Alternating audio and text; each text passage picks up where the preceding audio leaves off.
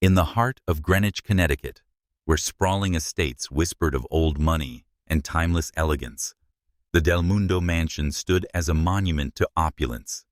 Its white columns gleamed under the autumn sun, framed by manicured lawns and rose gardens that seemed to bow in reverence to the wealth within. Inside the grand living room, with its crystal chandeliers and polished mahogany floors, was a stage for luxury and tension. Ryan Del Mundo, a young man of 30 with sharp features and piercing blue eyes, lounged on a buttery leather armchair. His tailored suit, a nod to his role as the heir to Del Mundo Enterprises, was slightly rumpled, betraying his restless mood. In his hand, an iPad flickered with stock market charts, but his attention was elsewhere, drawn to the faintest clink of porcelain from the kitchen. The sound, subtle as a whisper, was enough to unravel Ryan's fragile patience. He tossed the iPad onto the glass-topped coffee table with a sharp clatter, his jaw tightening. Lyra. His voice cut through the stillness, a blade of irritation. How many times do I have to tell you to keep it quiet in this house? That racket is giving me a headache. From the kitchen emerged Lyra Jackson, a woman whose presence seemed to carry the warmth of a summer dusk. Her skin, a rich ebony, glowed softly under the chandelier's light, and her eyes, deep and discerning, held a quiet strength. She wore a simple navy dress beneath a crisp apron, her movements deliberate as she wiped her hands on a towel. "I'm sorry, Mr. Del Mundo," she said, her voice steady, almost melodic, though it carried a trace of restraint. "I'll be more careful." Her words were polite, but beneath them lay an unspoken defiance, a spark that flickered in how she held her chin high. Ryan stood his height, imposing, his blonde hair catching the light as he strode toward the kitchen. "Careful! You say that every time, yet here we are. Do you even understand how disruptive you're being?" His tone was sharp, but his eyes lingered on her, betraying a flicker of curiosity he hadn't meant to reveal.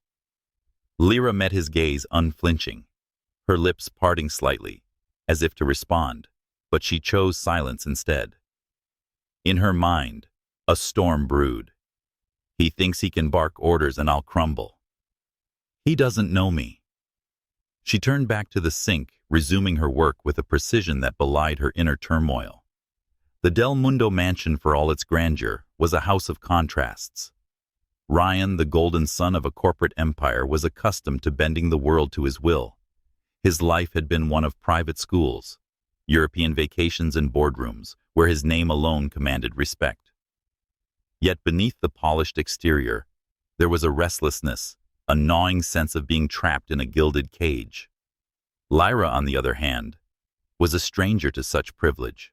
Raised in the shadowed streets of Harlem, New York, she had fought for every opportunity, her resilience forged in the crucible of loss. The Del Mundos had taken her in 5 years ago, offering her a job as a housemaid after she'd been recommended by the nuns who raised her. To Lyra, this mansion was both a sanctuary and a battlefield, where she navigated the whims of a family whose wealth could never buy her loyalty. As Ryan returned to his seat, his irritation simmered, but so did an unfamiliar pang. Lyra's composure, her refusal to cower, stirred something in him, a challenge perhaps, or a begrudging admiration. He picked up his iPad again, pretending to focus, but his thoughts wandered to the woman in the kitchen. Why does she get under my skin? He wondered, his fingers tightening around the device. Lyra, meanwhile, moved through her tasks with the grace of someone who had long learned to carry burdens unseen. She scrubbed a silver tray, her hands steady, but her mind was far from calm. He's insufferable, she thought. All that money and he's still miserable. If he hates noise so much, why doesn't he leave? Yet even as she dismissed him, she couldn't ignore how his presence filled the room, a storm of charisma and arrogance that was impossible to ignore. The day wore on, and the tension between them lingered like a melody unresolved. Ryan, restless, paced the living room, his footsteps echoing on the hardwood. He glanced toward the kitchen, where Lyra was now arranging a vase of lilies, her movements precise, yet gentle. "Lyra," he called again, his tone less sharp, but no less commanding. "I'm working on something important. Can you not hover around like that? It's distracting." Lyra paused, her fingers brushing the petals of a lily. She turned her eyes, locking onto his with a quiet intensity. "I'm just doing my job, Mr. Del Mundo. If it bothers you, I can work elsewhere." Her voice was calm, but there was a challenge in it, a subtle dare that made Ryan's pulse quicken. He opened his mouth to retort, but the words caught in his throat. For a moment, they stood frozen, the air between them charged with unspoken words. "Then, do it quietly," he finally said, turning away, but not before catching the faintest smirk on her lips. It was a fleeting expression, gone as quickly as it appeared, but it left him unsettled. Who does she think she is? He thought, retreating to his chair. Yet as he tried to focus on his work, the image of her poised, unyielding, lingered in his mind, like a painting he couldn't unsee. In the kitchen, Lyra leaned against the counter, exhaling a breath she hadn't realized she was holding. She was used to Ryan's outbursts and his entitlement, but today she felt different. Something in his eyes, a flicker of vulnerability beneath the arrogance, made her pause. She shook her head, dismissing the thought. He's just another spoiled rich boy, she told herself, returning to her work. But deep down, a seed of curiosity had been planted, one that would soon grow in ways neither of them could predict. The mansion, with its high ceilings and marble staircases, seemed to watch their dance of conflict with silent amusement. Outside, the autumn leaves fell in a cascade of gold and crimson, a reminder of the world beyond these walls. A world where Ryan and Lyra, for all their differences, were bound by the same human longing for connection, even if neither would admit it yet. The house grew quiet as evening fell, save for the distant hum of Greenwich's elite world outside. Alone in the living room, Ryan stared out at the darkening sky, his thoughts a tangle of frustration and intrigue. Lyra, finishing her tasks in the kitchen, glanced toward the empty room, her heart a quiet battleground of defiance and curiosity. Unbeknownst to them, the first threads of a story were being woven in that moment. A tale of clashing worlds, hidden depths, and a love that would defy the boundaries of class and expectation. The Del Mundo mansion, nestled in the affluent enclave of Greenwich, Connecticut, was a world unto itself, where every polished surface reflected the weight of expectation. In the days following their initial clash, the air between Ryan Del Mundo and Lyra Jackson remained taut, like a violin string stretched to the brink of snapping. With his sharp jawline and restless energy, Ryan carried the burden of his family's legacy, a corporate empire built on real estate and finance, headquartered in the glittering towers of Manhattan. His days were a whirlwind of meetings, spreadsheets, and the unrelenting scrutiny of his parents, whose approval seemed forever out of reach. Lyra, meanwhile, moved through the mansion with the quiet grace of someone who had learned to navigate life's storms with resilience. Her dark eyes held stories untold, and her steady hands carried the weight of a past forged in survival.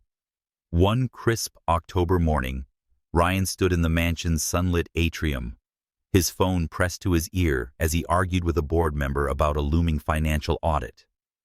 His voice, sharp and commanding, echoed off the marble walls. "I don't care how complicated it is. Get it done by Friday," he snapped, ending the call with a frustrated sigh. His eyes darted to the hallway, where Lyra was dusting a row of antique vases, her movements deliberate, almost meditative. The sight of her so calm amidst his chaos sparked a familiar irritation. "Lyra," he called, his tone clipped. "Can you not make such a fuss with those vases? I'm trying to focus here." Lyra paused, her cloth hovering over a porcelain vase adorned with delicate roses. She turned, her expression unreadable, but her voice steady. "I'm just doing my job, Ryan." The use of his first name, a departure from her usual Mr. Del Mundo, caught him off guard. It was a small act of defiance, a subtle shift that made his pulse quicken. "If it's too much for you, I can finish later," she added, her eyes meeting his with a quiet challenge. Ryan's jaw tightened, but he didn't respond immediately. Instead, he watched her return to her work, the sunlight catching the curve of her cheek, the strength in her posture. Why does she always seem so unshaken? He thought, his irritation mingling with a grudging respect. He turned away, retreating to his study, but the image of her lingered, a puzzle he couldn't quite solve. Later that day, Lyra found solace in the mansion's rose garden, a sanctuary of vibrant blooms and winding paths. She knelt beside a bed of crimson roses, her hands deftly pruning the stems, her mind a whirl of thoughts. Casey, her closest friend and fellow housemaid, joined her, her warm brown eyes sparkling with mischief. "So what's the deal with you and Mr. High and Mighty?" Casey teased, plucking a petal and twirling it between her fingers. "He's always got his eyes on you, Lyra. Bet he's got a crush." Lyra laughed, a sound as bright as the autumn sun. "A crush, Casey, you're dreaming. Ryan Del Mundo doesn't have crushes, he has tantrums. He's mad because I don't bow and scrape as he expects." But even as she spoke, her mind drifted to the fleeting moments when Ryan's gaze softened, when his sharp words seemed to mask something more profound. She shook her head, dismissing the thought. "He's not worth my time." Casey leaned closer, her voice dropping to a conspiratorial whisper. "Come on, Lyra. I've seen the way he watches you, like he's trying to figure you out. Maybe he's not as bad as you think." Lyra rolled her eyes, but Casey's words planted a seed of doubt, a flicker of curiosity that refused to fade. Inside the mansion, Ryan's world was unraveling. The financial audit had uncovered discrepancies at Del Mundo Enterprises and whispers of embezzlement that threatened to tarnish the family's pristine reputation. His father, Richard Del Mundo, a man whose presence commanded boardrooms, had summoned Ryan to a tense meeting in the study. Richard said, "You're supposed to be the future of this company," his voice cold as steel. "If you can't handle this, we'll find someone who can." Ryan stood rigid, his fists clenched the weight of his father's disappointment, a familiar ache. He wanted to argue and explain his pressure, but the words wouldn't come. Instead, he knotted his jaw tight and left the room. That evening, as the mansion settled into a quiet dusk, Lyra overheard a heated exchange between Ryan and his mother Eleanor in the dining room. "You're too hard on him," Richard Eleanor said, her voice soft but firm. "He's trying, but he's not you." Ryan's response was sharp, laced with bitterness. "If you both trusted me more, I wouldn't feel like drowning." Lyra, setting the table nearby, paused, her heart stirring with an unexpected pang of empathy. She glanced at Ryan, catching the flicker of exhaustion in his eyes, a vulnerability he rarely showed. The moment passed, but it lingered in Lyra's mind as she retreated to her small room in the mansion's staff quarters. She sat by the window, staring out at the twinkling lights of Greenwich, her thoughts a tangle of memories. She remembered her childhood in Harlem, the cramped apartment where she'd lived with her parents until a car accident stole them away when she was 10.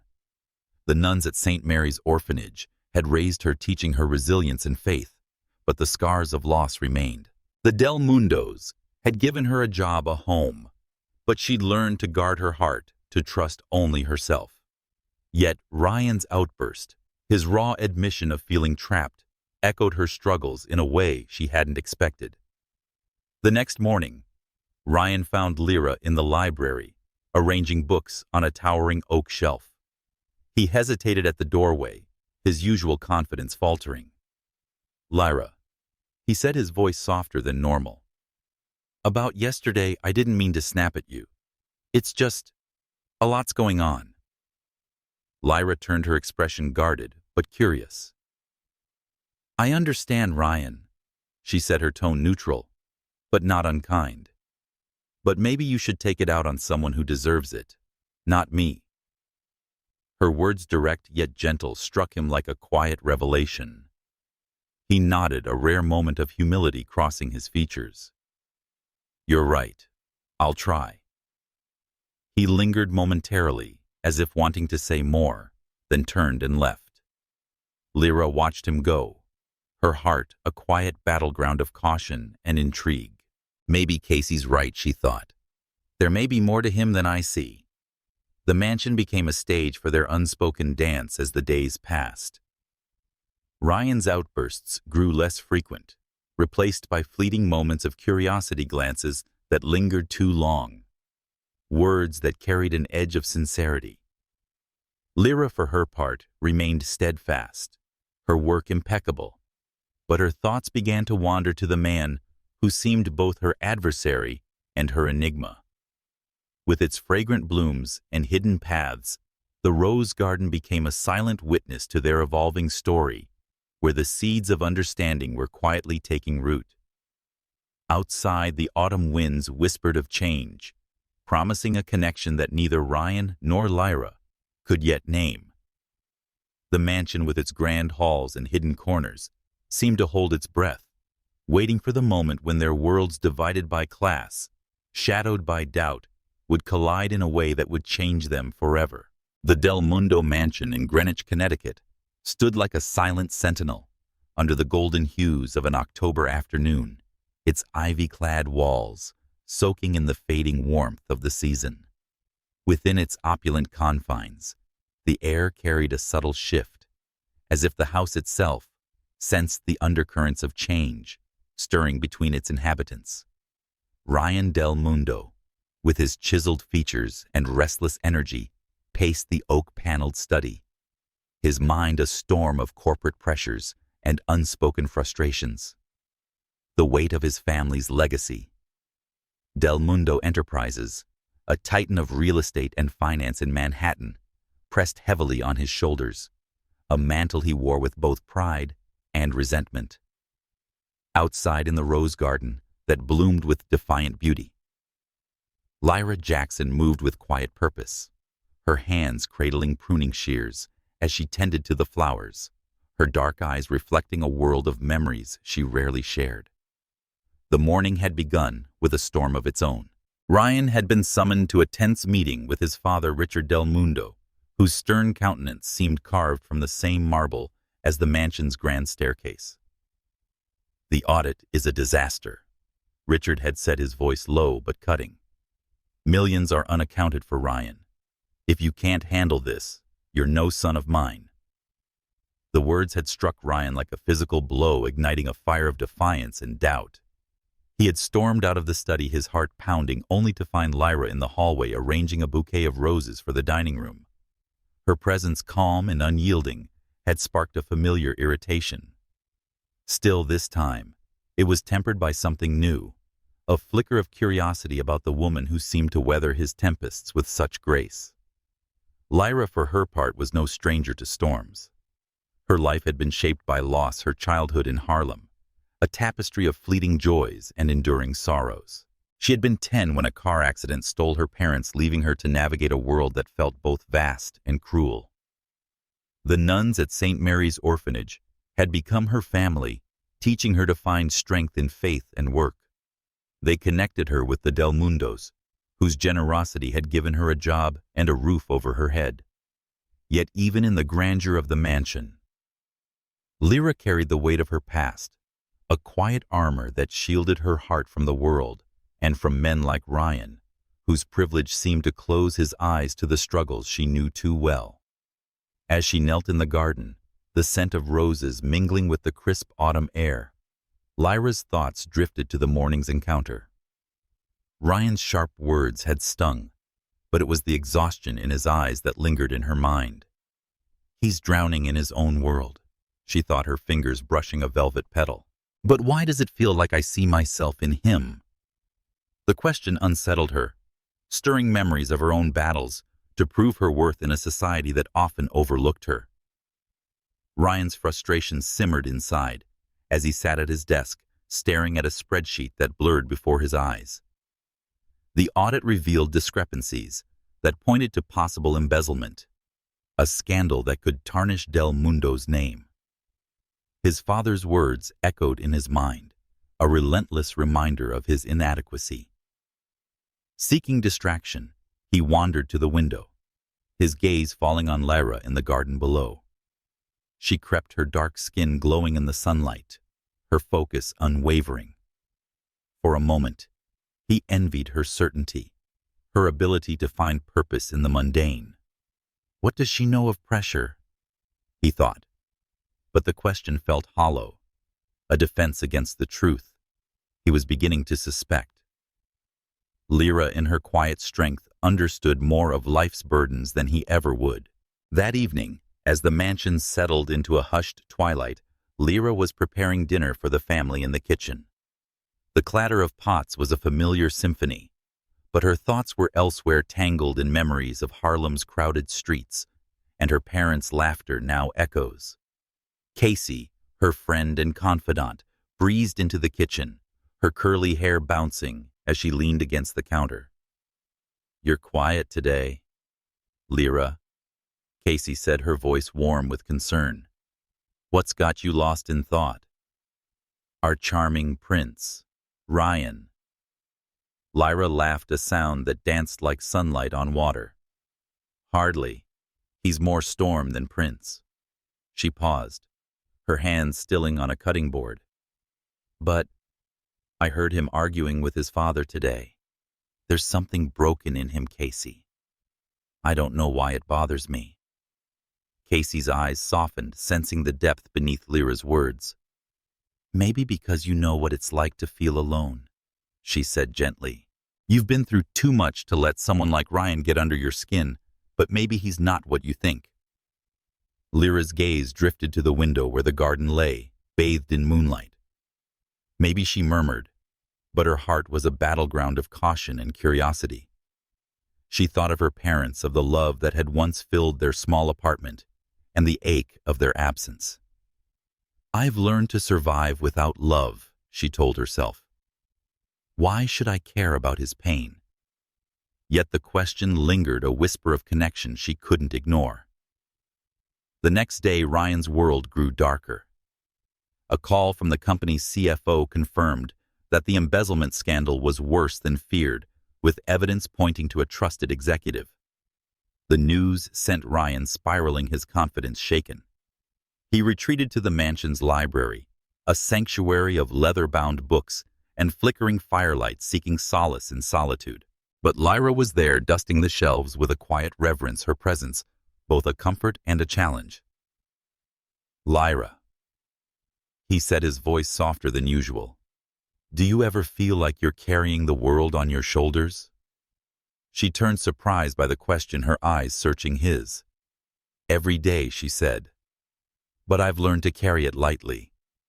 Her words, honest and unadorned, struck a chord in Ryan.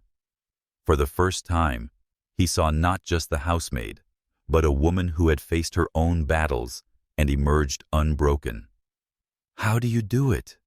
he asked, his voice barely above a whisper. Lyra hesitated, her past a shadow she rarely shared. But something in Ryan's eyes, raw, unguarded, compelled her to speak. "I lost my parents when I was a kid," she said, her voice steady but soft. "Harlem wasn't an easy place to grow up without them.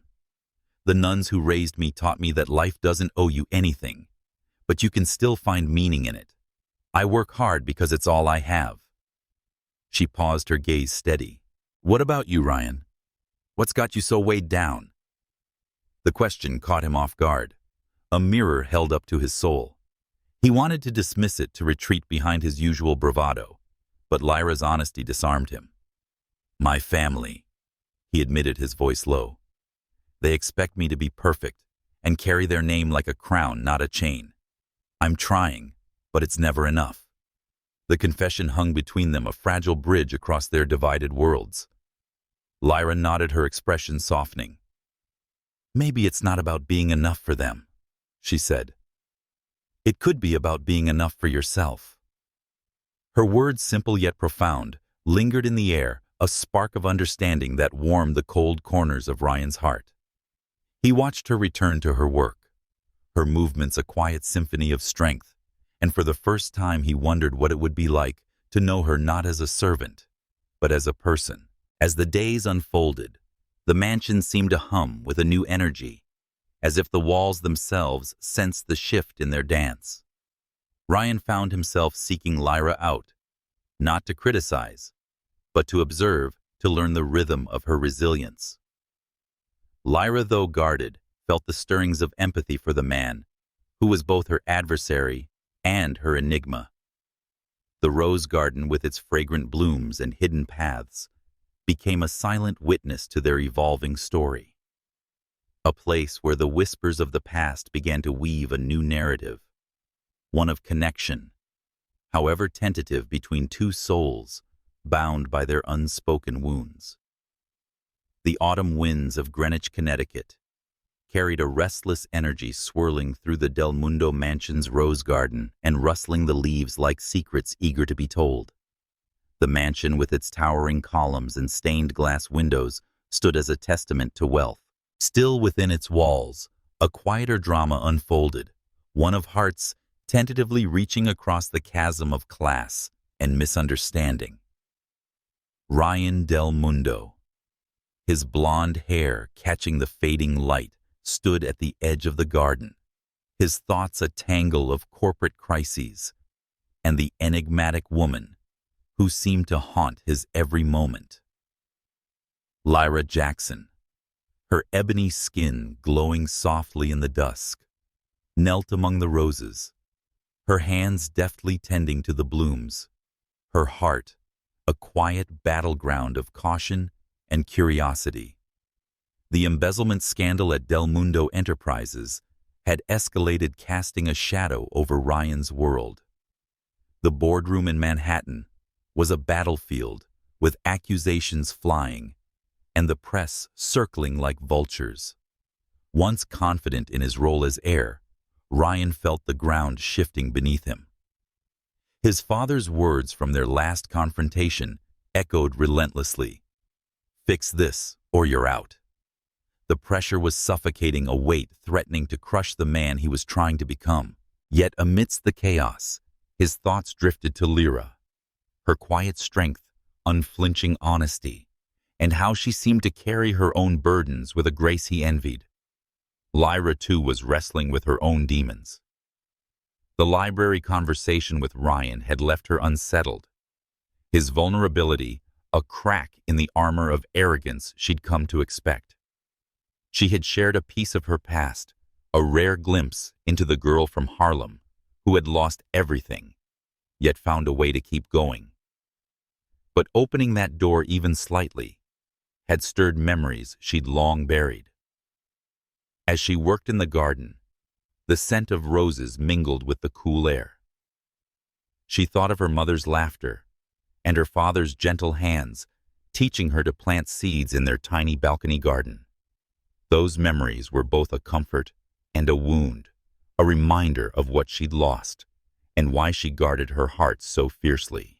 That evening, as the mansion glowed with the soft light of chandeliers, Lyra was in the dining room setting the table for the Del Mundos' dinner. The clink of silverware was a familiar rhythm, but her thoughts were elsewhere, tangled in the memory of Ryan's confession. "He's not what I thought," she mused, arranging a napkin carefully. "But can I trust him?" The question lingered unanswered as she glanced toward the doorway, half expecting to see him there. Ryan, meanwhile, sought refuge at Highbridge Park, a hidden gem in Upper Manhattan, where a small waterfall cascaded over mossy rocks, offering a rare pocket of tranquility. He sat on a weathered bench, a bottle of bourbon in hand, the amber liquid a temporary escape from his troubles. The scandal at the company had taken a new turn, with evidence pointing to a trusted family friend, a betrayal that cut deeper than the financial loss. As he stared at the water, his thoughts drifted to Lyra, her words in the library, her quiet strength. "She's been through worse than this," he thought, a pang of shame twisting in his chest. "And she doesn't let it break her." By chance, or perhaps fate. Lyra appeared at the park, her figure framed by the setting sun as she walked along the path, seeking her own moment of peace. She stopped short when she saw Ryan.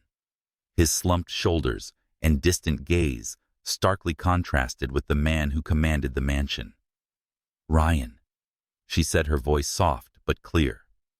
He looked up, startled, his blue eyes meeting her dark ones. For a moment, neither spoke, the air between them charged with unspoken questions. "What are you doing here?" he asked, his tone a mix of surprise and curiosity. Lyra hesitated, then sat on the bench, keeping a careful distance. "I come here sometimes," she said, her gaze on the waterfall. "It's quiet. Helps me think." Ryan nodded, his fingers tightening around the bottle. "I could use some of that," he murmured. "Everything's falling apart." Lyra turned to him, her expression a blend of caution and compassion. "What's falling apart?" "Ryan," she asked, her voice gentle but probing. He laughed, a bitter sound that echoed in the stillness. "The company, my family, me." He took a sip of bourbon, then set the bottle down, his hands trembling slightly. "They think I'm failing them. They may be right." Lyra's heart stirred a flicker of empathy she hadn't expected.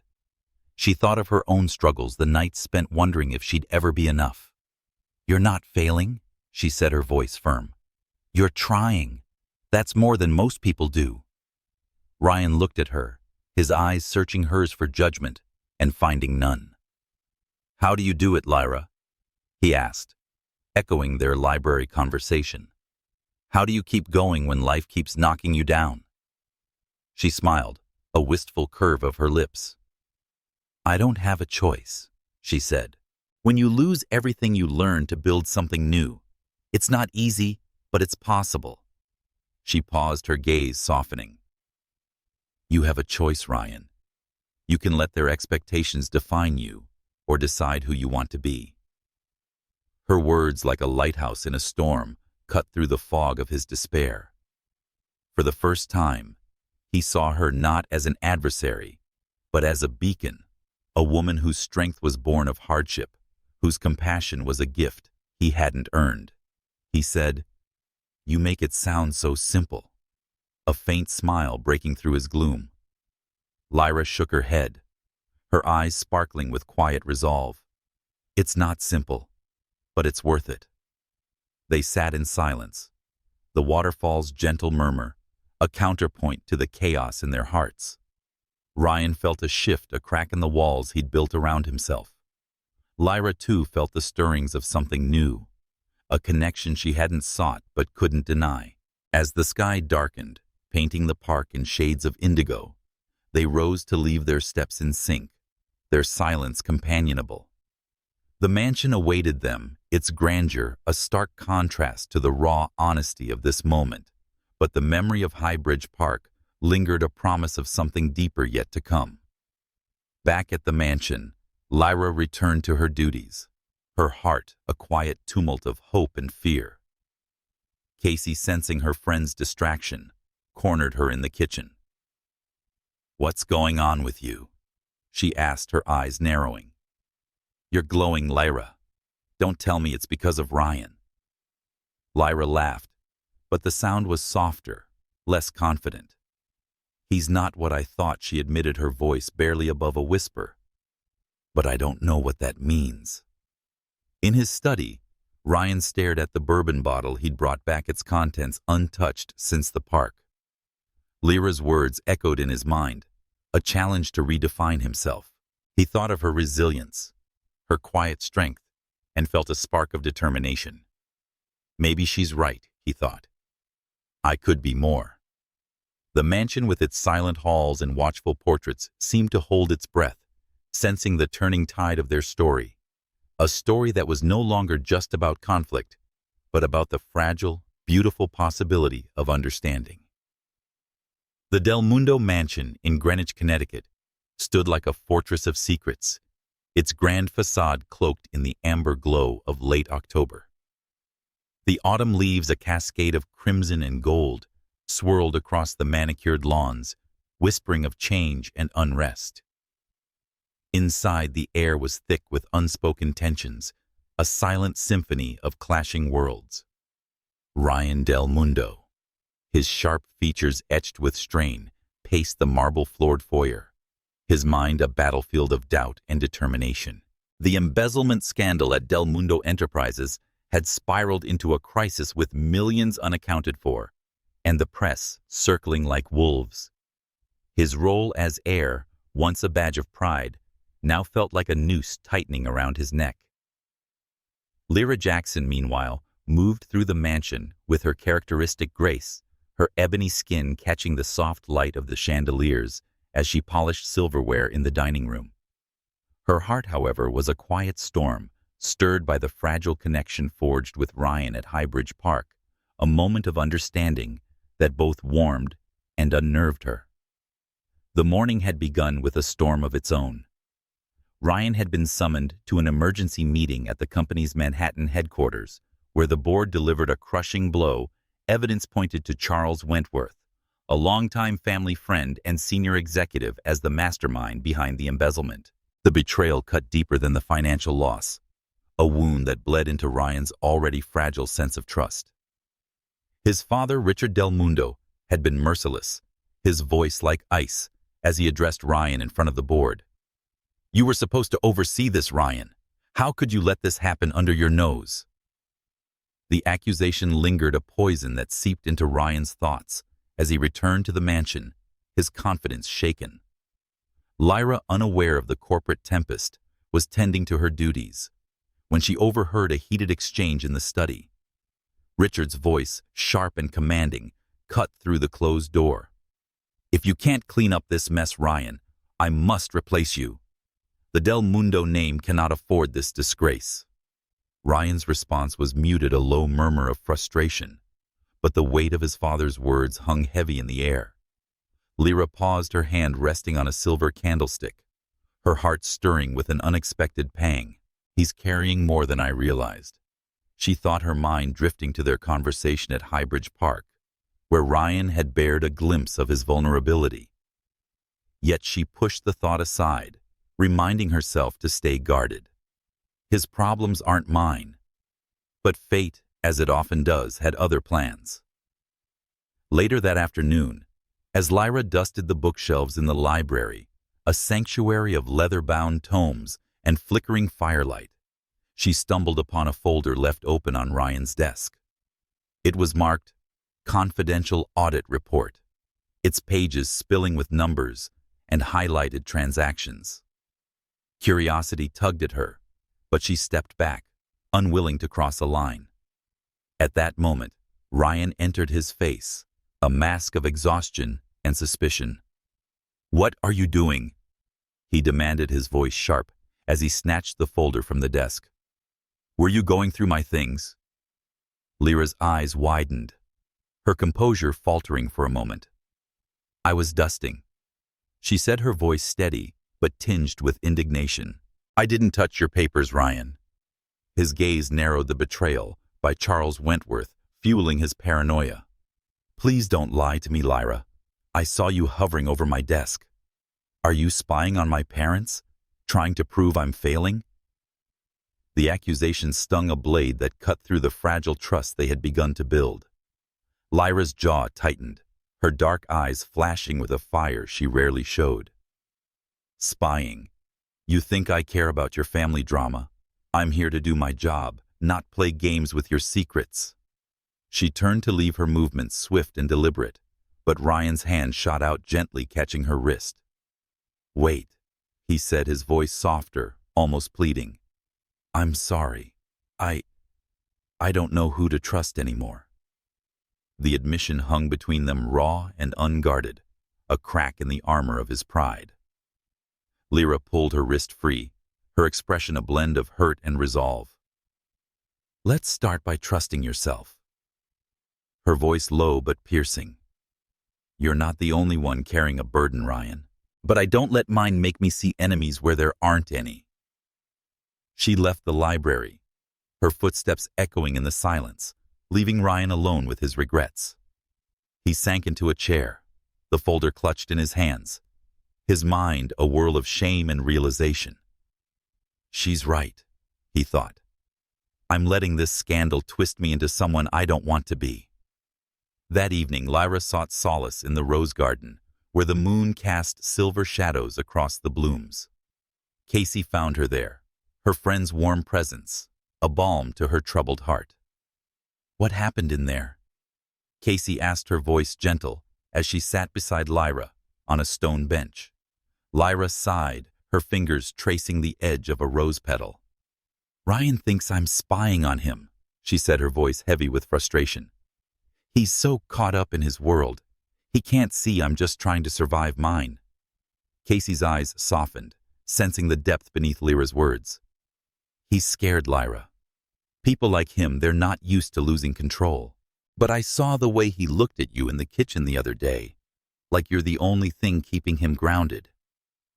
Lyra shook her head, her heart a tangle of doubt and hope. I don't know, Casey. I've spent my life building walls to keep people like him out. Why should I let him in now? Casey smiled, a knowing glint in her eyes. Because sometimes the people who seem the furthest away are the ones who need you the most.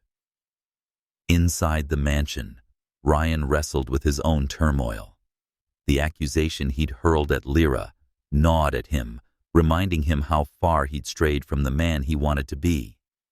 He thought of her words at Highbridge Park, her quiet strength, and felt a pang of longing, not just for her forgiveness, but for the clarity she seemed to possess. She sees the world so clearly, he thought, staring out at the garden where Lyra sat, bathed in moonlight. Why can't I?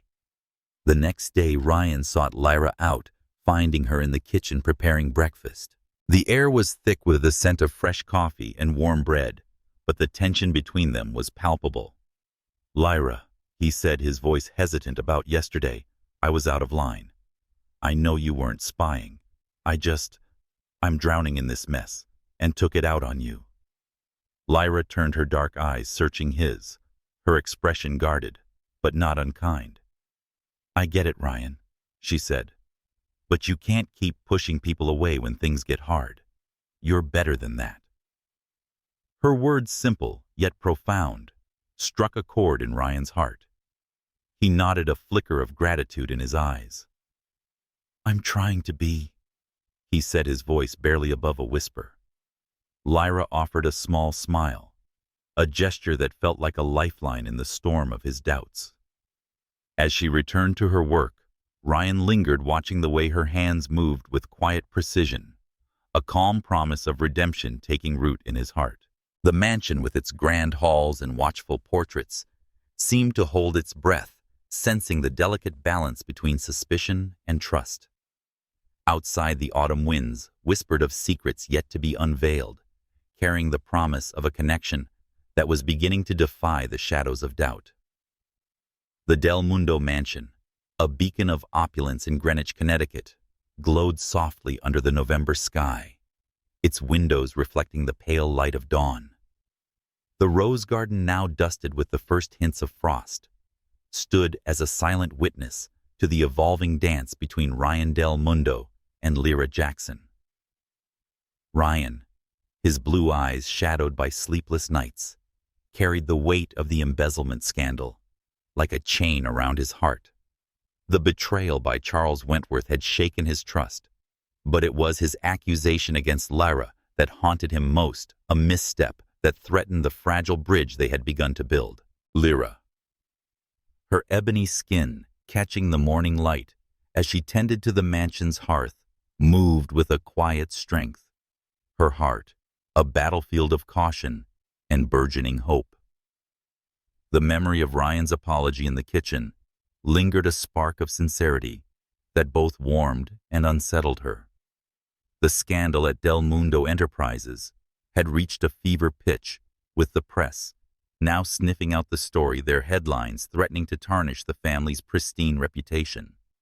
Ryan, tasked with containing the damage, spent his days in Manhattan, navigating tense boardroom meetings and dodging reporters.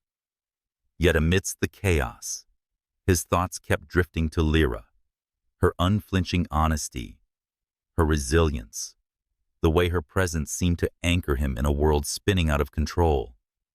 He longed to make amends, to prove he was more than the man who had lashed out in suspicion. Lyra, meanwhile, found herself wrestling with her own heart. The confrontation in the library had stirred old wounds, memories of a childhood in Harlem, where trust was a luxury she couldn't afford. She had learned to guard her heart after losing her parents, building walls to keep out the pain of betrayal. Yet Ryan's apology, his raw admission of vulnerability, had cracked those walls, letting in a sliver of light she wasn't sure she could trust. As she swept the mansion's grand staircase, her thoughts wandered to the boy she'd once been planting seeds with her father in their tiny balcony garden, dreaming of a world where love didn't come with loss. "Can I let him in?" she wondered, her broom pausing mid-sweep. Or will he be another heartbreak? That afternoon, Ryan returned to the mansion earlier than usual, his suit rumpled, his expression weary but determined. He found Lyra in the rose garden, her hands buried in the soil as she planted new bulbs for the spring. The sight of her surrounded by the fading blooms stirred something deep within him, a longing for the simplicity she seemed to embody. "Lyra." He called, his voice softer than the frost-kissed air. She looked up, her dark eyes meeting his, a flicker of surprise crossing her face. "Can I help?" he asked, kneeling beside her, his hands hesitating over the soil. Lyra arched an eyebrow, a faint smile tugging at her lips. "You gardening?" "I didn't think dirt was your style, Ryan." Her teasing tone, light but laced with challenge, made his heart skip. "Maybe I'm full of surprises," he replied, a spark of his old confidence returning. He took a trowel, mimicking her movements, though his inexperience was evident. Lyra watched, amused but touched, as he fumbled with the soil. "Like this," she said, guiding his hand with a gentle touch, her fingers cool against his. The contact, brief but electric, sent a shiver through Ryan, a reminder of the connection they were tentatively forging. They worked in companionable silence, the garden a haven from the world's demands. As they planted, Ryan spoke, his voice low and earnest. "I meant what I said yesterday, Lyra. I was wrong to accuse you. I want to be better for myself, for my family, and maybe for you." Lyra paused, her hands stilling in the soil, her heart racing. "You don't have to prove anything to me, Ryan," she said, her voice soft but firm. "Just be honest. That's enough." Her words, simple yet profound, were a balm to Ryan's wounded pride. He looked at her, the sunlight catching the strength in her features, and felt a surge of determination. "I'm trying," he said, his voice barely above a whisper. "But it's hard to change when everyone expects you to fail." Lyra met his gaze, her eyes a mirror of understanding. "Then prove them wrong," she said, "not for them, but for you." The moment stretched between them, a fragile thread of trust weaving through the frost. Ryan felt a weight lift, a clarity he hadn't known he craved. Lyra, too, felt a shift, her walls softening under the warmth of his sincerity. As they finished planting, Ryan stood brushing the dirt from his hands. "Thank you, Lyra," he said, his voice thick with emotion. "For seeing something in me I'm not sure I see myself." She smiled, a slight radiant curve of her lips, and returned to her work, leaving Ryan to watch her with a heavy and hopeful heart. That evening, Lyra confided in Casey over a cup of tea in the staff quarters, the kitchen's warmth contrasting with the chill outside. "He's changing, Casey," she said, her voice a mix of wonder and wariness. "But I'm scared. What if I let him in and he hurts me?" Casey's eyes sparkled with mischief and wisdom. "Love's always a risk, Lyra, but you're stronger than anyone I know. If anyone can handle Ryan Del Mundo, it's you." Lyra laughed, a sound that danced like firelight, but her heart remained a battleground of hope and fear. Inside the mansion, Ryan sat in his study. The audit reports spread before him like a map of his failures. But his thoughts were on Lyra, her strength, a beacon in his storm.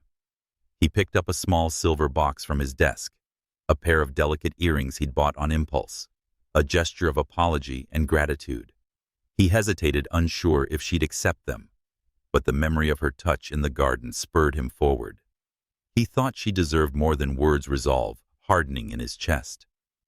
The next day, Ryan found Lyra in the dining room arranging a centerpiece of roses. He approached the silver box in his hand, his heart pounding with a mix of nerves and hope. "Lyra," he said, his voice steady but soft, "I got you something. Not to buy your forgiveness, but to say thank you for everything." He opened the box, revealing the silver earrings catching the light like stars. Lyra's eyes widened, her expression, a blend of surprise and hesitation. "Ryan, I can't," she began, but he cut her off, his voice earnest. "Please, it's not about money. It's about you seeing me when no one else does." Lyra took the box, her fingers brushing his, a spark passing between them. "Thank you," she said, her voice barely above a whisper. "But don't think this changes anything.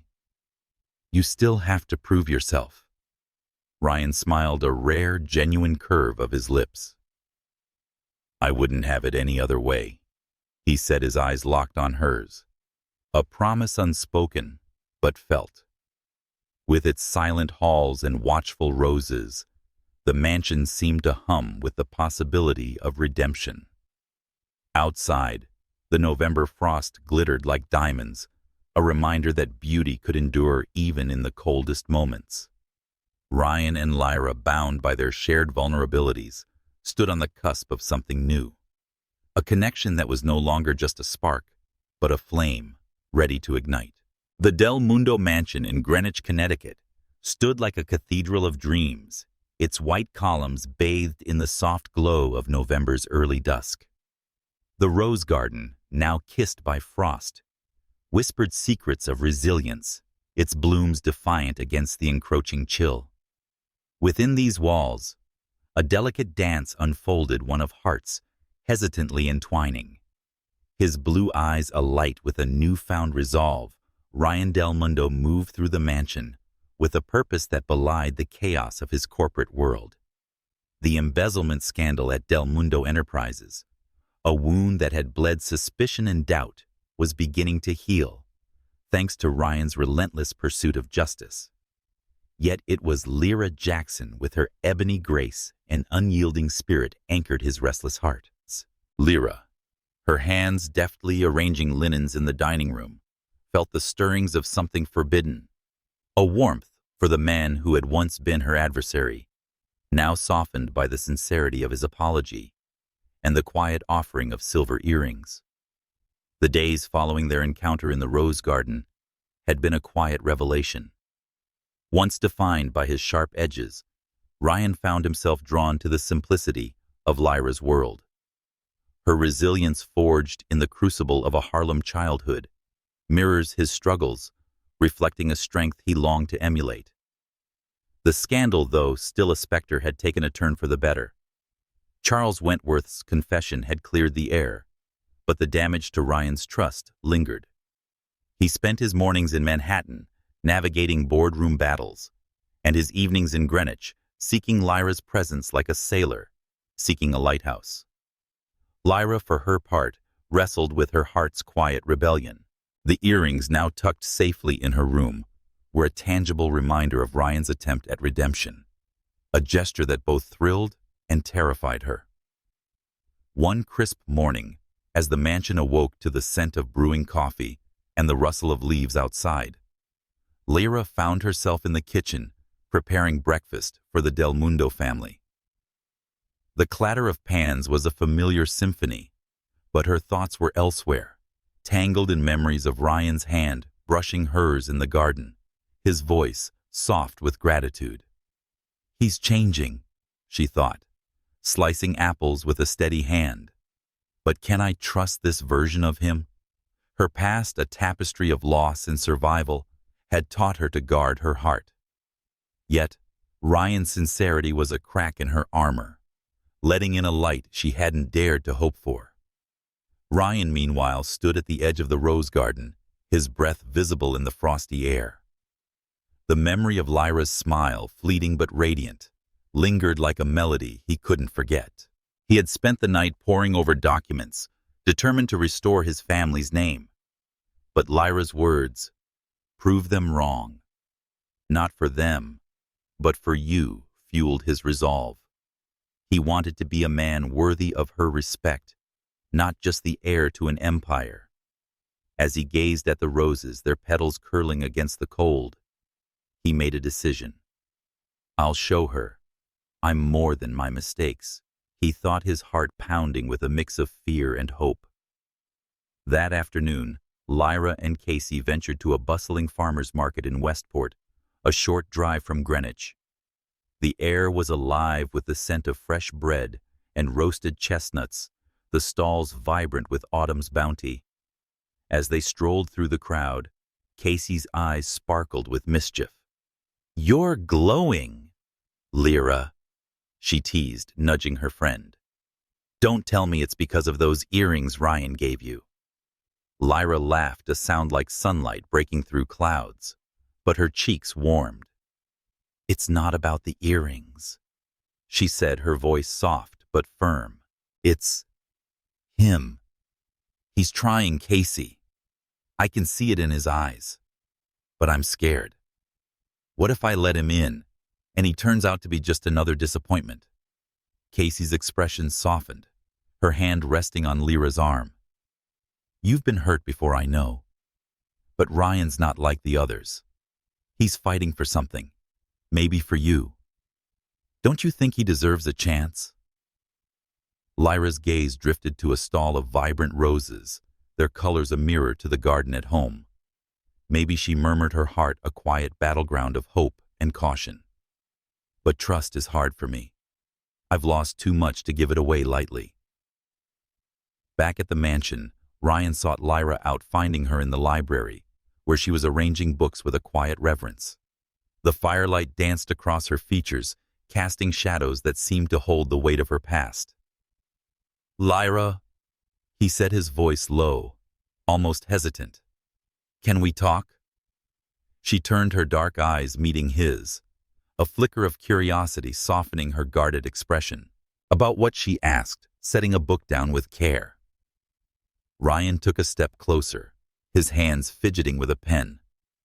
"About us," he said, his voice steady, but laced with vulnerability. "I know I messed up accusing you like that, but I'm trying to be better, Lyra. I want you to see that." Lyra's heart skipped, her mind racing with memories of her parents' love, a warmth she hadn't felt in years. "I see it," she said, her voice barely above a whisper. "But seeing isn't enough, Ryan. Trust takes time." He nodded, his blue eyes searching hers for a sign of hope. "I know, and I'm willing to wait, but I need you to know you're not just someone who works here. You're essential to me." The admission hung between them, a fragile thread in the firelit room. Lyra's breath caught her walls, trembling under the weight of his sincerity. "You don't know me, Ryan," she said, her voice soft but firm. "Not really. I'm not sure you'd like what you find if you did." "Then let me find out," he replied, his voice earnest, almost pleading. "Let me know you, Lyra, not as a maid, but as you." The simple yet profound words struck a chord in Lyra's heart. She looked away, her fingers tracing the spine of a book, her mind a whirl of fear and longing. "Can I let him in?" she wondered, the question echoing in the silence. The days that followed were a delicate dance of small gestures and quiet moments. Ryan began to seek Lyra out, not with demands, but with curiosity, helping her with small tasks, carrying a tray, folding linens, asking about her day. Lyra, though guarded, found herself softening, her smiles more frequent, her heart less heavy. One evening, as they stood in the kitchen, the scent of rosemary and garlic filling the air, Ryan offered to chop vegetables. his hands clumsy but earnest. "You're terrible at this," Lyra teased her laughter, a melody that warmed the room. Ryan grinned, his blue eyes sparkling. "Give me time," he said. "I'm learning." Their banter, light but charged, was a bridge across their divided worlds. Lyra felt the stirrings of something dangerous, a hope that Ryan could be more than the man she'd once despised. Ryan, for his part, found solace in her presence, a calm amidst the storm of his corporate battles. The mansion, with its grand halls and watchful roses, seemed to hum with the promise of something new. A connection that was no longer just a spark, but a flame beginning to burn. As the week drew to a close, Ryan invited Lyra for a walk in the rose garden, the frost glittering like diamonds under the moonlight. They stood among the blooms, the air crisp and quiet, their breaths visible in the cold. "Lyra," Ryan said, his voice soft but resolute. "I don't know where this is going, but I know I don't want to lose it. You make me want to be better." Lyra's heart raced, her eyes searching his for any hint of insincerity. Finding none, she offered a small smile. "Then keep trying, Ryan," she said. "That's all I ask." The garden, a silent witness to their evolving story, seemed to hold its breath, sensing the embers of trust taking root. The mansion, with its opulent walls and hidden corners, stood ready for the next chapter, a chapter where trust, fragile but growing, would light the way forward. The Mundo mansion, a bastion of elegance in Greenwich, Connecticut, stood serene under the pale November sky, its rose garden a tapestry of frost and fading blooms. Within its walls, the air hummed with the quiet electricity of a story, unfolding a tale of two souls navigating the delicate space between trust and longing. Ryan del Mundo, his blonde hair catching the morning light, carried a heart newly awakened by the possibility of redemption. The embezzlement scandal at Del Mundo Enterprises, though not fully resolved, had lost some of its sting, with Charles Wentworth's confession easing the pressure on Ryan's shoulders. Yet it was Lyra Jackson, with her radiant strength and guarded heart, held his thoughts captive. Lyra, her ebony skin glowing as she polished silver in the dining room, felt the stirrings of a dangerous hope, a belief that Ryan, once her adversary, might be the one to breach her carefully built walls. The days following their moonlit walk in the rose garden had been a revelation. Ryan, no longer the man defined by arrogance, sought Lyra's presence with a hunger he couldn't name. Her laughter, her quiet wisdom, had become a beacon in his turbulent world.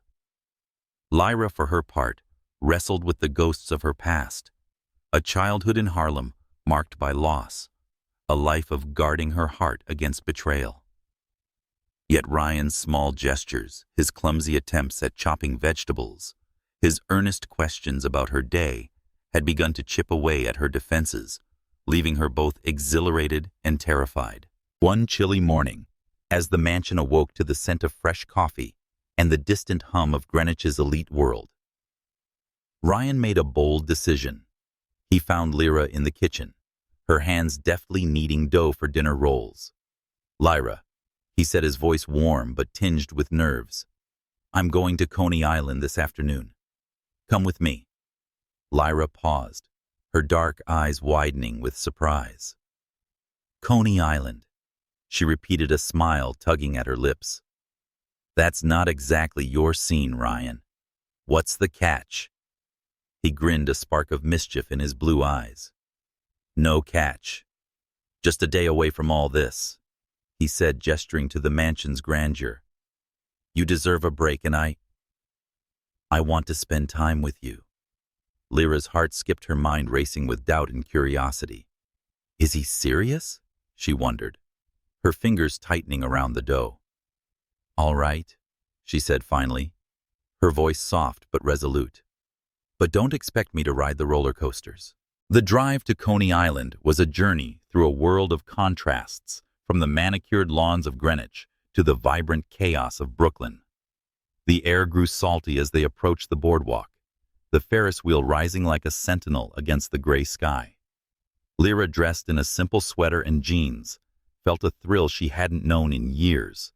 The sights and sounds of the amusement park stirring memories of childhood outings with her parents. Ryan.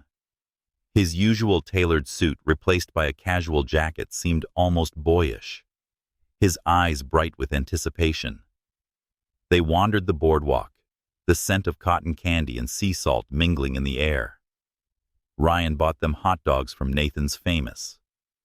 His laughter infectious, as Lyra teased him for getting mustard on his chin. "You're hopeless," she said, handing him a napkin, her smile radiant. Ryan's heart swelled, and the moment's simplicity contrasted with his corporate battles. "Maybe," he replied, his voice soft, "but I'm happy now with you." As the sun began to set, painting the sky in hues of pink and gold, they climbed aboard the Ferris wheel, its slow ascent offering a view of the glittering Atlantic. Lyra's breath caught as they rose the world below, shrinking to a mosaic of lights and laughter. Ryan, sitting close, felt the weight of the moment, his heart pounding with a truth he could no longer deny. "Lyra," he said, his voice barely audible over the creak of the wheel. "There's something I need to tell you." She turned to him, her dark eyes searching his, a flicker of apprehension in their depths. "What is it?" she asked, her voice steady but laced with caution. Ryan took a deep breath, his hand reaching for hers, the warmth of her skin grounding him. He said, "I've been a fool." His voice was emotional. "I spent so long being angry, pushing people away. But you've changed me. I love you, Lyra. I don't know when it happened, but I know it's real." The words hung between them, a confession as vast as the ocean below. Lyra's heart raced, her mind a whirl of fear and longing. She thought of her parents, of the love that had once filled her world, and the pain of its loss. "Ryan," she said, her voice trembling, "I've been hurt before. I've lost too much to trust easily. I don't know if I can do this." Her words were a shield, but her eyes betrayed the hope she couldn't suppress. Ryan's grip on her hand tightened, his blue eyes unwavering. "I know I don't deserve your trust yet," he said, his voice thick with sincerity. "But I'll wait, Lyra. I'll prove it to you every day if you'll let me." The Ferris wheel paused at its peak, the world suspended beneath them, and for a moment they were alone in the universe, two souls bound by a fragile, beautiful possibility. Lyra looked away, her gaze fixed on the horizon, her heart a battleground of doubt and desire. She said, "You're making this hard," a small smile breaking through her defenses. "But I see you trying. That means something." Ryan's heart soared, a spark of hope igniting in his chest. He said, "That's all I need," his voice soft but resolute. "A chance." As they descended, the lights of Coney Island twinkling below, Lyra felt a shift, a crack in the walls she'd built around her heart. Ryan, his hand still holding hers, felt a clarity he hadn't known before, a certainty that Lyra was worth every effort, every risk. They stepped off the Ferris wheel, the boardwalk alive with laughter and music, and wandered toward the beach, the waves whispering secrets of their own. Back at the mansion, Casey was waiting in the staff quarters, her eyes sparkling with curiosity as Lyra recounted the day. "He said he loves you." Casey gasped, her voice a mix of excitement and disbelief. "Lyra, that's huge. What did you say?" Lyra sighed, her fingers tracing the edge of the silver earrings on her dresser. "I told him I'm scared," she admitted, her voice soft. "But I think I might be falling for him too." And that terrifies me. Casey's smile was warm and encouraging. Love's scary, Lyra. But you're the strongest person I know. If anyone can handle this, it's you. In his study, Ryan stared at the ocean view from his window, the memory of Lyra's smile burning in his mind. He knew the road ahead would be fraught with challenges, the scandal his family's expectations, Lyra's guarded heart. But for the first time he felt ready to face them. The mansion with its silent halls and watchful roses stood as a testament to their journey, a place where love, tentative but growing, was beginning to bloom. The night stretched on the stars above Greenwich, a mirror to the lights of Coney Island, each a beacon of hope in the darkness. Ryan and Lyra, bound by their shared confessions, stood on the edge of something new, a love that was no longer a whisper, but a song ready to be sung. The Mundo mansion in Greenwich, Connecticut, stood as a silent guardian, its white columns aglow under the pale November moon, casting shadows that danced like specters across the frost-kissed rose garden. Within its opulent halls, a story of hearts entwined, unfolded each step, a delicate balance between trust and trepidation. Ryan Del Mundo, his blue eyes haunted by the weight of his family's legacy, moved through the mansion with a quiet intensity, his heart tethered to Lyra Jackson, whose radiant strength had become his North Star. The embezzlement scandal at Del Mundo Enterprises, though tempered by Charles Wentworth's confession, had left scars on the company, on Ryan's trust, and on the fragile bond he was building with Lyra. Lyra, her ebony skin catching the soft glow of candlelight as she arranged a centerpiece in the dining room, felt the pull of a love she both craved and feared her heart, a battlefield where hope waged war against the ghosts of her past. The aftermath of Ryan's confession at Coney Island lingered like a melody, its sweet and unsettling notes. His declaration of love, spoken amidst the whirl of the Ferris wheel, had cracked open Lyra's defenses, leaving her vulnerable to a longing she hadn't dared to entertain. Yet the weight of her Harlem upbringing, years spent guarding her heart after the loss of her parents, made her wary. Ryan, for his part, was determined to prove himself, and his every action was a testament to the man he was becoming.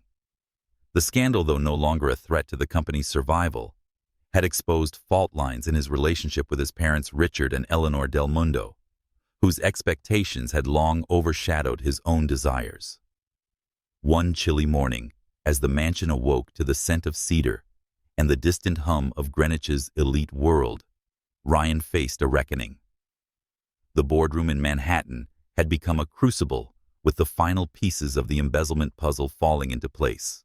Charles Wentworth's betrayal had been fully exposed, but the fallout had sparked a public relations crisis, with tabloids speculating about the Del Mundo family's competence. In a rare moment of vulnerability, Richard had called Ryan to the mansion's study, his stern features softened by fatigue. "You've handled this better than I expected," he admitted, his voice gruff but sincere. "But the press is relentless. If we don't control this narrative, our name is finished." Ryan stood before his father, his jaw tight, his heart heavy with years of unspoken resentment. "I've done everything you asked," he said, his voice low but steady. "But I need you to see me, Dad, not as your heir, but as your son." Raw and unguarded words hung in the air, a plea for understanding that had long been buried. Eleanor, standing nearby, stepped forward, her eyes glistening. "We've been hard on you, Ryan," she said softly. "We thought we were preparing you, but we forgot to listen.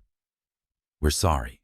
The apology, profound yet straightforward, was a balm to Ryan's wounded heart, a bridge across the chasm that had separated them. Lyra, unaware of this exchange, was in the kitchen, preparing a tray of tea for the family. She had overheard snippets of the conversation, her heart stirring with empathy for Ryan's struggle. He's fighting for more than just the company.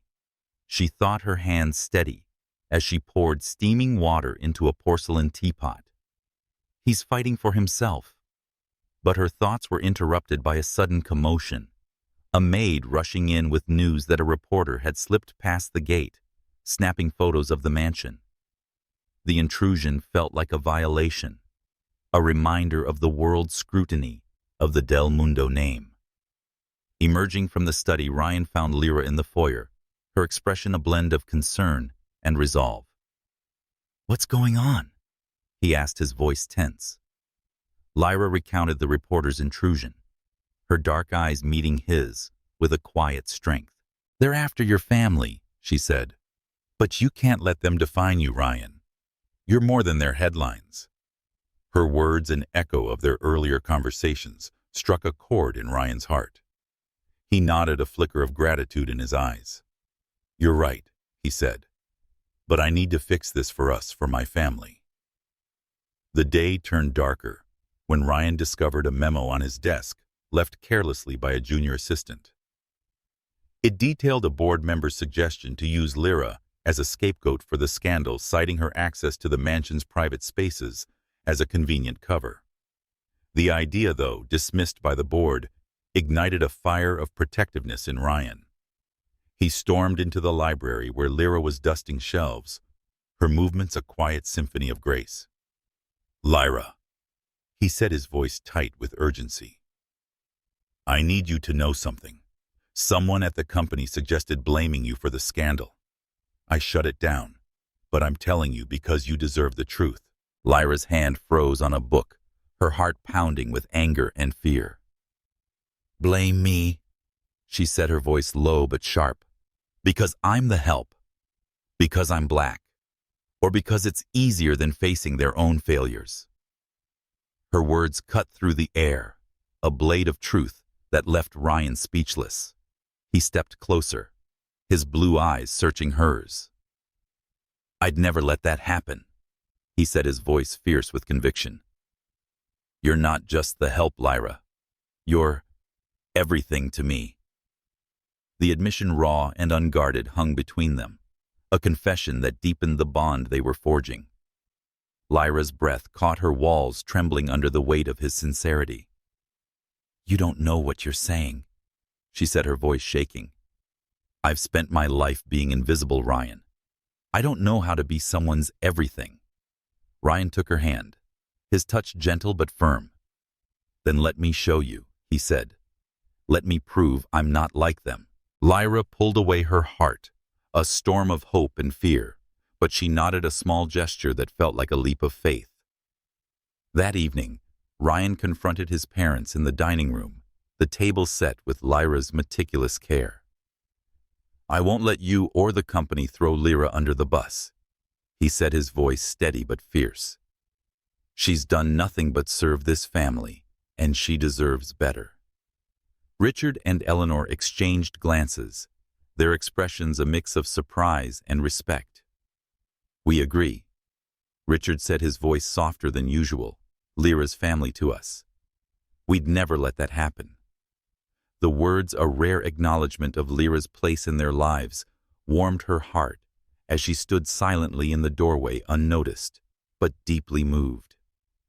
As the night deepened, Lyra found solace in the rose garden, the frost glittering like diamonds under the moonlight. Casey joined her, sensing her friend's turmoil. "He's fighting for you," Casey said, her voice warm with encouragement. "That's not anything, Lyra." Lyra nodded, her fingers tracing a rose petal. "I know," she said, her voice soft, "but I'm scared, Casey. What if I let him in and it all falls apart?" Casey's smile was knowing, her eyes sparkling with wisdom. "Love's a risk, but you're the bravest person I know. You've survived worse than this." Ryan in his study stared at the memo, his resolve hardening. He thought of Lyra's strength, her quiet grace, and felt a surge of determination. "I'll protect her." He vowed, his heart a beacon in the darkness. The mansion, with its silent halls and watchful roses, stood as a testament to their journey, a place where redemption was not just a hope, but a promise.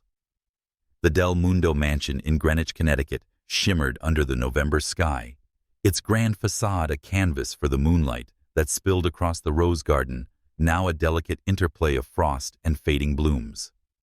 Within its walls, a love story bloomed tentative but radiant between Ryan Del Mundo and Lyra Jackson. Ryan, his blue eyes alight with a quiet certainty, had emerged from the crucible of the embezzlement scandal, a changed man, his heart no longer bound by the chains of his family's expectations. Lyra, her ebony grace, a beacon in the mansion's opulent halls, stood on the precipice of trust, her heart a tapestry of hope woven from the threads of her Harlem past. The reckoning in the dining room where Ryan had defended her against the company's accusations had shifted something fundamental, a crack in Lyra's walls that let in a light she hadn't dared to dream of. The days following the confrontation were a delicate dance of healing and discovery. Ryan, freed from the shadow of the scandal, threw himself into rebuilding the company's reputation, but his heart was with Lyra. Her strength, her quiet wisdom had become his anchor, a reminder that love could be a force more potent than any corporate empire. Lyra, for her part, felt the stirrings of a new beginning. The memory of Ryan's fierce defense, his unwavering commitment to her honor, lingered like a melody, soothing the scars of her past. She thought of her parents, of the love that had once filled their small Harlem apartment, and wondered if she could find such warmth again with Ryan. One frosty evening, as the mansion glowed with the soft light of chandeliers, Ryan devised a plan to show Lyra the depth of his feelings. He enlisted Casey's help, his eyes sparkling with a boyish excitement that belied his corporate demeanor. "I want to surprise her," he told Casey, his voice low but fervent. "Something simple, something that shows her I see her." Casey, her curly hair bouncing as she grinned, nodded enthusiastically. "You've got it, Ryan. Lyra deserves this. Just don't mess it up." Her teasing tone masked a deep affection for her friend, a hope that Lyra's guarded heart would finally find a home. Ryan transformed the rose garden into a haven of enchantment, stringing fairy lights among the blooms, their golden glow a mirror to the stars above. A small table draped in white linen held a simple meal, roasted vegetables, fresh bread, and a bottle of wine prepared with Lyra's favorite flavors in mind. As the sun dipped below the horizon, painting the sky in hues of violet and gold, Ryan found Lyra in the kitchen, her hands dusted with flour from baking. "Lyra," he said, his voice soft but commanding, "come with me. No questions. Trust me." Lyra arched an eyebrow, her dark eyes sparkling with curiosity and caution. "Trust you," she teased, wiping her hands on her apron. "That's a tall order, Ryan Del Mundo." But her smile, radiant and unguarded, betrayed her willingness to follow. He led her to the garden, where the fairy lights cast a dreamlike glow, the roses shimmering like jewels at night. Lyra's breath caught her heart pounding with a mix of wonder and vulnerability. "Ryan," she whispered, her voice trembling, "what is all this?" He took her hand, his touch warm and steady, guiding her to the table. "It's for you," he said, his blue eyes locked on hers. "Because you deserve to be seen, Lyra. Not as a maid, not as a savior, but as you, the woman who's changed everything for me." The words, raw and heartfelt, struck a chord in Lyra's heart, a melody that drowned out the fears of her past. She sat, her eyes glistening as Ryan poured the wine, his movements deliberate, his heart laid bare. They dined under the stars, the air filled with the scent of roses and the quiet hum of their shared silence. Lyra, her guard softening, spoke of her childhood dreams, the balcony garden where her father taught her to plant seeds, and the laughter that once filled her world. Ryan listened, his heart swelling with a vast and intimate love. "I want to give you that again," he said, his voice low but fervent. "A life where you can dream, where you're not carrying the weight of the world." Lyra's eyes met his, and her heart was no longer a battleground. You don't have to give me anything, Ryan, she said, her voice soft but resolute. You've already given me something I didn't think I'd find again. Hope. The profound yet straightforward admission was a bridge across their divided worlds, a promise of a future they could build together. As the meal ended, Ryan stood, his heart pounding with a courage he hadn't known he possessed.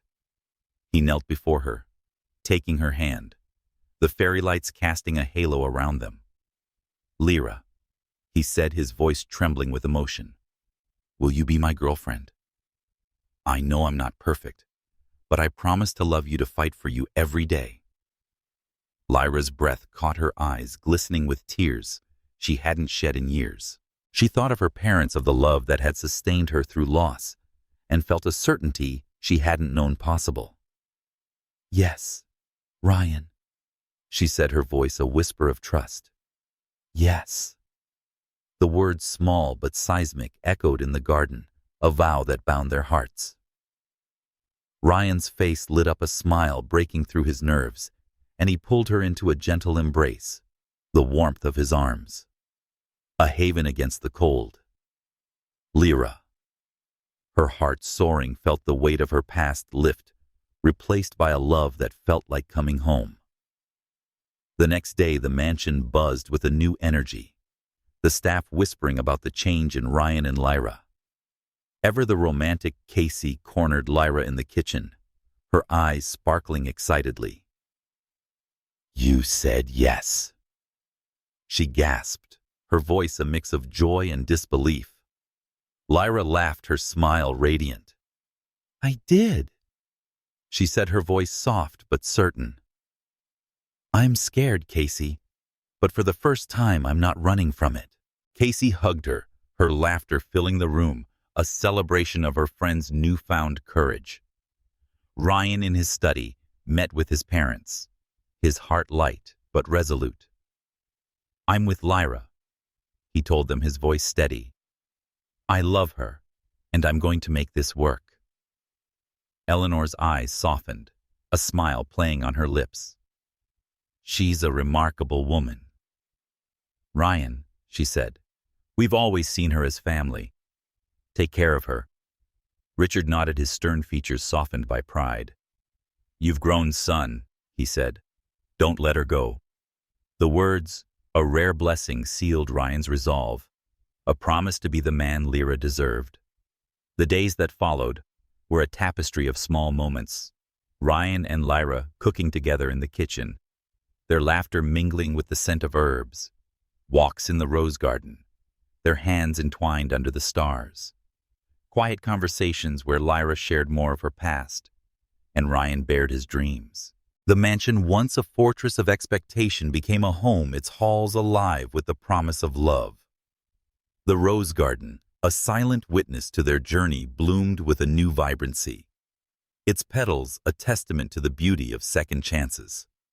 As winter approached, Ryan and Lyra stood in the garden one final time, the fairy lights still glowing the stars, a canopy above. We're just beginning, Ryan said, his voice soft but sure, his hand holding hers. Lyra nodded, her smile a beacon in the night. Together, she said, her voice a vow.